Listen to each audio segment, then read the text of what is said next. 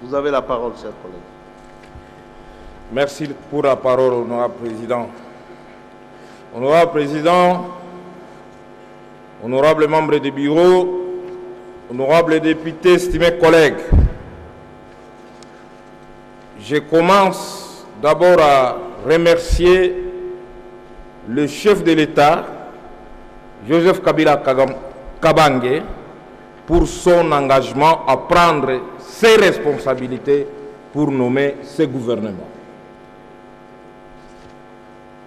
Honorable Président, compte tenu du temps imparti, je vais aller tout droit au but.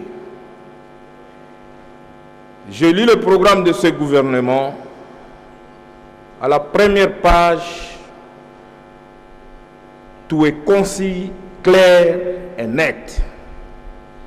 Mais plus j'avançais dans la lecture, plus je ne me situais plus et me perdais davantage. Honorable Président, chers collègues, je me retrouve avec des théories présentées au budget depuis 2012. Stabilisation de cadrage macroéconomique, amélioration du climat des affaires, réforme.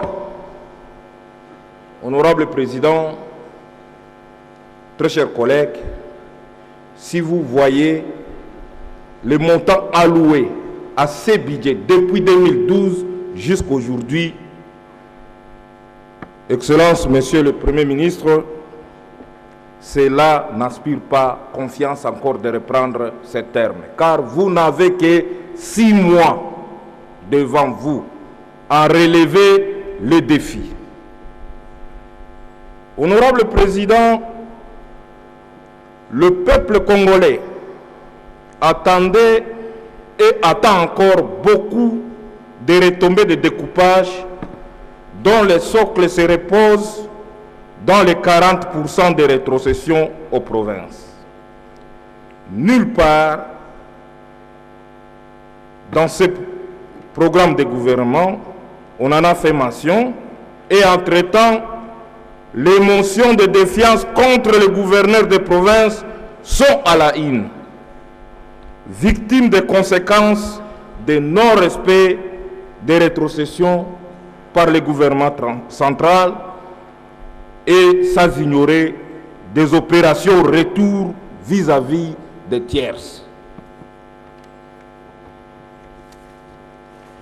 Honorable Président, j'implore à notre gouvernement de revoir notre justice qui est à la baisse totale. La justice va aujourd'hui vers celui qui a les moyens ou encore celui qui a la politique. Là, il faut que notre gouvernement si présent fasse un effort pour le redressement. Dans ce programme de gouvernement, honorable Président, l'amélioration des conditions de vie de la population et la restauration de la sécurité des personnes et des biens, ainsi que la modernisation, doit passer par un dialogue social permanent entre les différentes couches de la population, jetant un pont sur toutes les provinces pour éviter les frustrations des uns ou des autres. En bref, je voulais recommander à notre gouvernement la bonne redistribution équitable de revenus nationaux. Honorable Président, je termine par 2 petites préoccupations. Je suis à la page 8.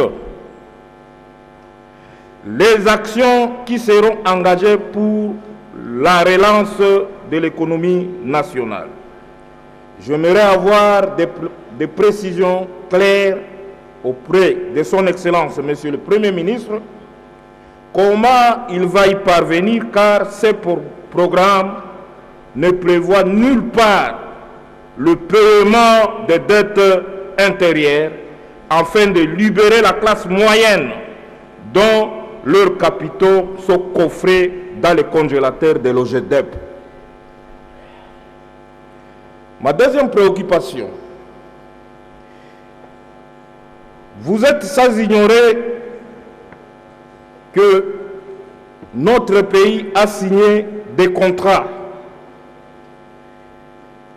concernant le secteur minier et que votre gouvernement,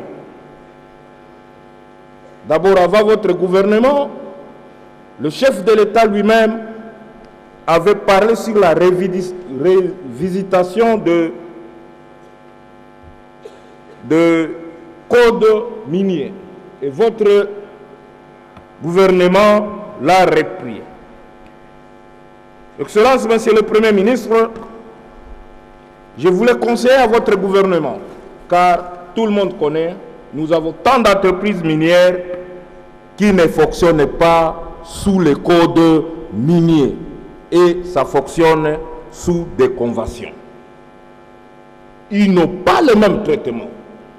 Aussi longtemps que nous pouvons même changer les codes miniers, ça n'aura aucun impact, aussi longtemps que les 80% des entreprises ne sont pas sous les codes miniers. 2 minutes, s'il vous plaît. 2 minutes, s'il vous plaît.